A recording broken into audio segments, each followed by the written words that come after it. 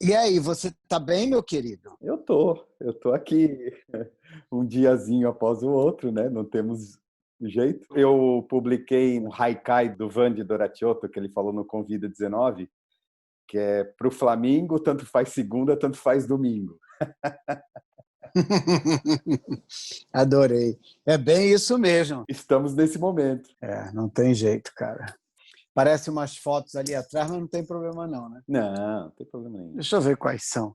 Ah, da Laurinha, do meu avô. São fotos legais. Boa. São fotos bonitas. A minha mãe sempre foi muito bonita, né? Aham. Eu fico olhando aqui para as fotos dela. Minha mãe era assim, tipo artista, entendeu? É. Quando eu saía com ela, já tratei disso na terapia, é claro, né? Freud explica. Eu morria de ciúme porque os homens todos olhavam e as mulheres, todo mundo. Estou vendo ela aqui, ela realmente ela era um absurdo de bonita, muito bonita minha mãe. Ela ainda é muito bonita até hoje. Para ser uma senhora de 80 anos, ela é muito bonita. E ela tá bem? Ela está ótima, graças a Deus, meu Deus do céu. Que bom, Ai, minha maior preocupação, mas enfim, está bem. que bom. Muito bem, temos bastante coisa para falar hoje aqui, então vamos lá.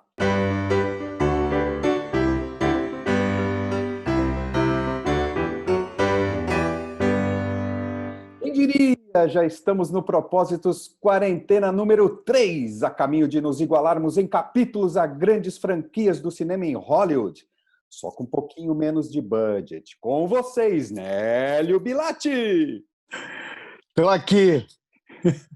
Nélio, você já está naquela fase de fazer tracinho na parede, que nem na cadeia, assim? Olha, por incrível que pareça, não estou tendo tempo para isso, né? Porque os dias estão bem movimentados. Não estou fazendo essa conta na parede. Acho que essa conta está sendo mais no meu coração. Também haja parede. O pescador olha o mar, avalia a maré, a correnteza, o vento e sabe se vai dar peixe, se vem tempestade. O que o mar está te dizendo, Nélio? Eu tenho muita conexão com o mar. Nasci perto do mar, né? No Rio de Janeiro. Esse mar metafórico, esse mar da ilusão, né, dos meus sonhos, das minhas reflexões, está me dizendo que a gente vai demorar um pouco mais para voltar, está me dizendo que a gente vai demorar um pouco mais ainda para esse normal que a gente ainda não sabe qual é, mas que seguramente não será como o normal de antes. Mas, por outro lado, esse mar imaginário também está me dizendo que a gente vai ter uma das mais incríveis e maravilhosas descobertas da ciência, que a gente vai conseguir ter uma vacina, ter um medicamento que combata esse vírus e que ele realmente vai poder curar muita gente e preparar a humanidade para um outro patamar de humanidade. Eu não sinto um mar revolto, eu sinto um mar mais tranquilo, apesar de ser profundo. Você já disse aqui que é um otimista, mas eu tenho ouvido muita gente falando que a máxima pior do que está não fica, não vale para o Brasil. O que dizer para quem está jogando a toalha, Nélio? Tem que compreender, né, essas pessoas. Acredito, né? O meu trabalho também me leva muito para esse lugar, né, Sorriso? De compreender o outro, de entender o que passa nos infernos de cada um. Eu acho que cada um está vivendo o seu inferno nesse momento. Cada um está dando o braço para o seu capeta agora. E aí, vamos ver que tamanho é esse capeta, se esse capeta só dá um oi e vai embora rapidamente, ou se dorme com você, se come com você, se anda com você, se toma banho com você. Então, acho que é uma escolha. Agora, definitivamente, tem que acolher essas pessoas e tem que deixar elas viverem esse inferno também. Porque tem algumas coisas que você precisa terminar, cara. E, de repente, elas precisam terminar esse inferno louco e necessário. Porém, eu também acredito, e pratico isso, que a gente pode, enfim, ser mais empático e ter mais compaixão, entendeu? E conversar mais e não julgar. Porque se a gente começar a julgar que o outro está nesse inferno, é bem provável que a gente caia no inferno do outro. E isso eu não quero para mim e espero que quem estiver me ouvindo também não queira para si. Então, a minha recomendação é entenda, acolha, ajude na medida do possível e no limite do outro, que deve ser respeitado. O Amir Klink, experiente em isolamento social, em entrevista ao jornal O Globo, trouxe uma análise comparando o momento com a navegação. E, entre outras coisas, chamou atenção para o point of no return, o ponto de onde não há retorno. A partir daí, a única possibilidade é literalmente seguir em frente, pois voltar seria mais custoso e não há como desistir. Que já atingimos esse ponto, eu particularmente não tenho dúvidas, né, Leo? Mas queria saber de você se acha que isso é bom ou ruim. Eu acho que vai ter gente que vai querer voltar para o outro ponto e vai fazer de tudo para voltar. Vai encontrar muitas dificuldades, muitas barreiras, mas vai querer voltar. Mas eu também vejo a possibilidade de refazer o caminho. É como se a gente tivesse que refazer muita coisa ao invés de colocar tudo novo. Eu não acho que vai ter uma revolução global da humanidade.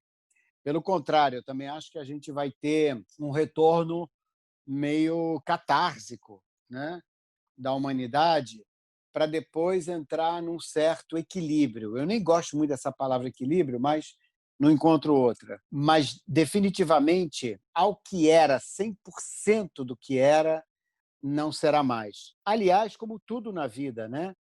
É muito difícil voltar nesse ontem integralmente.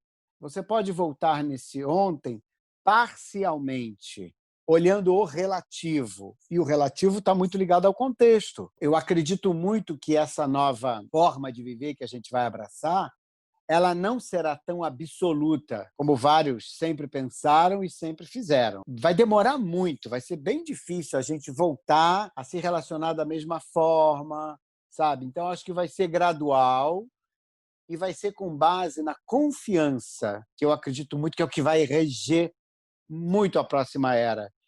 Porque a era que a gente está vivendo hoje e se despedindo dela é uma era, ou era uma era, pautada na desconfiança em relação ao outro, em relação à sociedade, ao governo, às instituições, a tudo. Eu acredito que vai pautar muito essa nova era como base principal, além da colaboração, da solidariedade, enfim, da convivência mútua, vai ser a confiança. Você vai ter que confiar na ciência, você vai ter que confiar nos médicos, você vai ter que confiar nos medicamentos, você vai ter que confiar nas instituições de saúde, você vai precisar confiar nos governos.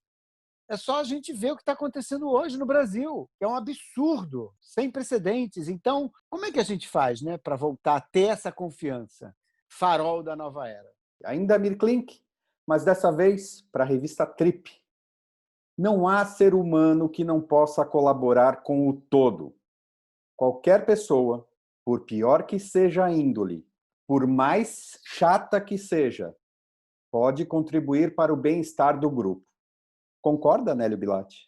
Tenho ressalvas. Existe a possibilidade de contribuição, muito mais de conexão e de vínculo. Outro dia eu ouvi uma coisa maravilhosa. Se você deixar um bebê no berço chorando, ele vai chorar, chorar, chorar, chorar até morrer. Ele não vai conseguir fazer nada, ele necessita do outro. Ele precisa de ajuda, diferentemente de um animal que se vira. Um potrinho, quando nasce, já sai andando. A girafa, quando nasce, já sai andando. O cachorrinho já sai se rastejando, buscando o leite da mãe. Ele vai buscar. Pode até morrer, mas tem uma intenção, tem um instinto de sobrevivência diferente do nosso.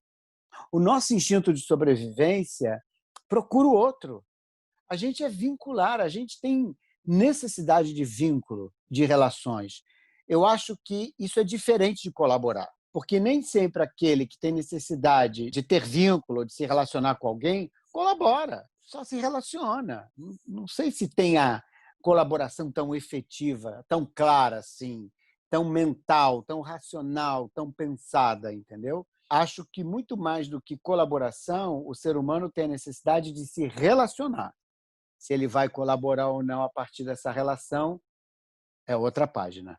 Essa história incrível agora vem do New York Times. Aos 101 anos, a poeta e ativista Naomi Raplansky e sua esposa Eva Kolish 95 anos. Dizem que o confinamento não as incomoda, mas estão ansiosas com o que têm perdido por não saírem de casa. Elas sobreviveram à gripe espanhola, à Grande Depressão e ao Holocausto, entre outras coisas. Quando a catástrofe é sequencial, ela eventualmente treina seus sobreviventes a saudar o terror com a serenidade dos iluminados. Tem no mínimo 2 pontos lindos para se comentar aí, né, Nelly? Um, que é um casal centenário de lésbicas que estão juntas há 40 anos, o que já demonstra uma determinação, uma resiliência fora do comum. E a segunda é a tranquilidade delas, por já terem passado por tanta coisa, inclusive confinamento e quarentena, que elas estão mais preocupadas com o que elas não estão vivendo do que com a quarentena em si. Me lembrou de uma frase do Brecht: o amor é a arte de criar algo com a ajuda da capacidade do outro. Aí tem relação e contribuição mútua. Cola muito com essa questão do quanto eu estou bem e estou feliz com a pessoa que eu decidi conviver todos os dias da minha vida. Essa decisão, ela hoje está sendo colocada à prova, mais do que nunca. Você imagina que você escolhe alguém e, nesse momento, onde você precisa conviver efetivamente e todos os dias, você não consegue mais.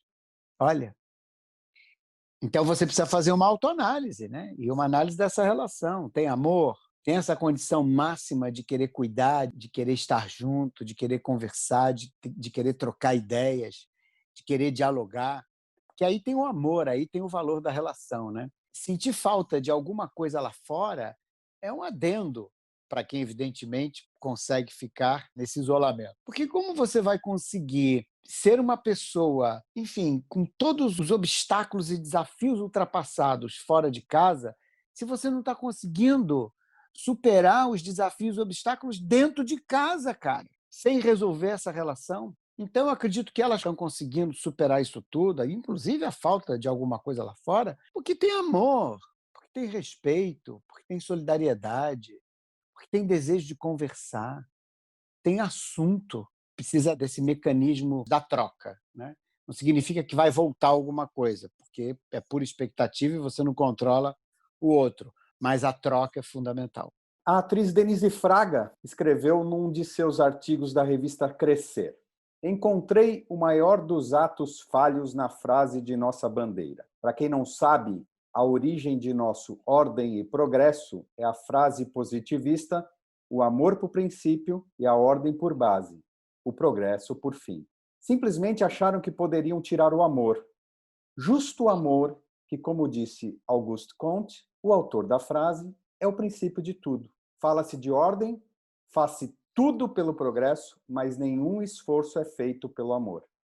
Será que o amor vai ganhar um espacinho na marra depois dessa experiência imprevisível que estamos vivendo?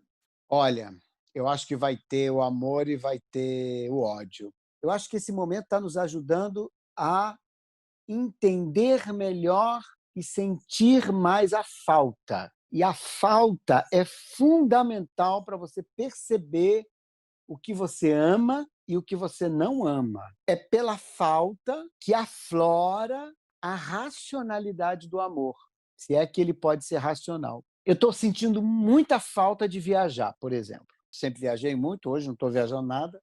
Só viajo do quarto para a sala, da sala para a cozinha, da cozinha. Está entendendo? É uma viagem bem curta, mas sempre viajei muito, a minha vida inteira. Eu reclamava, sabe, das viagens. Ai, mãe, detesto viajar, estou viajando demais. Eu, nesse momento, estou sentindo muita falta das minhas viagens. E eu descobri que eu amo realmente viajar. Eu amo viajar a trabalho, eu amo viajar a lazer, eu amo viajar. Eu amo poder conhecer lugares, poder estar em culturas, pessoas diferentes e satisfazer esse amor a partir do encontro. O amor precisa de encontros. Você conhece bem as entranhas e os processos de grandes corporações. Se o Brasil fosse uma empresa, a saúde à beira de um colapso, hospitais sem leitos, e o líder ainda discursa sobre um problema menor, o conselho dessa instituição como agiria ou como deveria agir nessa situação? Independente de posições políticas, hein? Você está me fazendo uma pergunta técnica. E hoje eu sou mentor de vários boards e conselhos de empresa, né? A primeira coisa que o conselho faria seria perguntar para esse líder qual é o plano claro, objetivo, com tempo, prazo e orçamento e responsáveis para uma solução, ou pelo menos para o encaminhamento dela. Então, ele cobraria isso e daria um prazo para esse líder apresentar o seu plano. Se esse líder não apresentasse o seu plano, ele estaria demitido. Pediu o plano não foi feito, tchau. Se aquele plano não foi trazido, não teremos outro através deste líder. Precisaremos colocar um outro líder que efetivamente trará um novo plano, cabível, eficaz, enfim. Digamos que ele traga um plano, né? O plano é questionado, ele vai lá, refaz o plano, volta. O plano é questionado, ele vai lá, refaz o plano, volta. O plano é questionado de novo, vai lá, o plano volta, rua, é demitido. Nós não temos tempo para tantas refações assim. E aí, se ele traz um plano, o conselho aprova, e o plano falha, dá errado e não cumpre aquilo que foi prometido, ele também vai para a rua. Ele só fica, Sorriso, se ele trouxer efetivamente um plano viável, dentro do orçamento, com prazo determinado, precisa de um time certo para atuar no plano, e ele fazendo isso, ele fica. O conselho jamais aceitaria um líder que chegasse lá e só falasse. Uma organização séria, ela precisa de atitudes sérias, com ações concretas. É muito complicado você vencer qualquer dificuldade só na palavra. Essa liderança tem que ser capaz de gerar líderes no time que possam fazer esse trabalho junto. Agora, se ele não tem nenhum time de líderes capaz de fazer, é para mandar todo mundo embora. Constitui um outro comitê, uma outra diretoria, como eu já vi acontecer em diversas empresas. Quando você fala de algo maior do que a liderança, você precisa ter coragem e determinação para fazer. Senão, vai embora. Não fica. Nós estamos vivendo a história que estará nos livros daqui a alguns anos, né? Daqueles marcos na vida que viram o tipo antes e depois. Antes da quarentena, havia uma certa marginalização do home office, muita resistência em algumas empresas. Agora tem sido a salvação até para algumas dessas mesmas empresas. Escancaramos a porta para empregar mão de obra que não está fisicamente na mesma cidade ou até no mesmo país? O coronavírus trouxe para todo o planeta Terra, para toda a humanidade, em todos os lugares, a maior transformação digital já vista. Então, as pessoas que resistiam, as empresas que resistiam, as sociedades que resistiam, elas estão hoje tendo que viabilizar isso de qualquer forma. Então, abriu tudo, né? Não existe mais essa impossibilidade. Não existe mais alguém dizer que não consegue trabalhar de casa. Como é que alguém pode dizer isso a partir de agora? Não existe mais alguém dizer que não consegue fazer uma reunião via isso aqui que a gente está fazendo. Isso é diferente daquilo que você gosta. Não estou falando de prazeres, preferências, aptidões. Eu estou falando de como suprir uma necessidade e eu estou falando sobre saber gerenciar as possibilidades da vida ou da tecnologia. Então, hoje, o ser humano está vendo que é possível. Não vai mais caber na cabeça de um líder de corporação dizer não dá para fazer uma reunião via digital. É como se a gente saísse da máquina fotográfica, que era um hábito, para o celular. Então, são movimentos da humanidade que são irreversíveis. Esse é um deles. Ô Nélio, você falou uma coisa interessante. O vírus trouxe. Você acha que o vírus antecipou muito o que a gente ia viver lá para frente? Eu acho que o maior benefício é o vírus antecipar o valor da ciência, da medicina, não vai poder mais ter espaço para um governo não investir na ciência e na área de saúde. O líder político, governamental, que não priorizar isso no futuro, ele não será eleito. A sociedade não pode permitir. Porque o que nós estamos sofrendo hoje é algo absurdo, básico, inconcebível. Você não estar preparado no seu sistema de saúde para poder cuidar da população. Isso é nível 1 da pirâmide, né? Do Maslow, do Richard Barrett, que fala tanto disso, né? Do Barrett Center, do Barrett Model. Procura qualquer análise científica, biológica, social, você vai encontrar a mesma coisa. O ser humano precisa de saúde, segurança na saúde, segurança física. Então, o vírus adiantou esse boom da revolução tecnológica voltada para esse digital de dentro de casa, né, a partir da nossa casa, o que é um benefício tremendo para muita gente, independente do seu gosto, é um benefício, ponto. E o que eu acho que ele empurrou para frente foram alguns encontros, muitas convivências de pessoas que morreram, de pessoas que foram embora. Ele adiantou a morte. Isso não é bom. Eu tenho lido alguns relatos da aflição de profissionais de saúde que não conseguem consolar e serem consolados no estresse. Não tem abraço, não tem pegar na mão, não tem o carinho do toque sem algo entre as peles, as expressões estão escondidas pelas máscaras e as emoções estão colapsando. Você enxerga alguma alternativa para vibrar essa solidariedade, mesmo sem o toque? A palavra é o suficiente ou tem de ser suficiente? Acredito que a palavra falada e escrita é hora de mandar belas cartas de amor, de sentimentos, de saudade e as atitudes. Muitas vezes a gente abraça sem que esse abraço venha com uma atitude real e efetiva de ajuda. Então, eu acredito muito, Sorriso, que esse momento está trazendo para nós a oportunidade de atitudes mais simples, mas que têm impacto hoje, que talvez numa outra era não tivessem tanto impacto, mas definitivamente elas trazem um novo frescor, sabe? Uma nova visão, um novo olhar.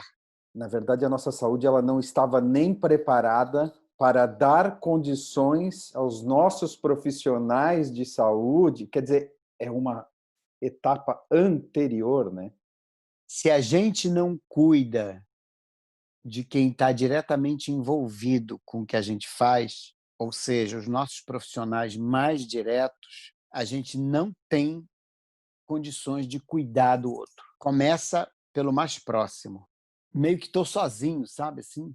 Eu tenho que me virar, eu tenho que fazer, eu tenho que acontecer, eu tenho que usar essa máscara que teoricamente seria descartável mais de uma vez, 2, 3. Eu acho também que vai ter um momento do cara, será que é isso mesmo que eu quero para mim?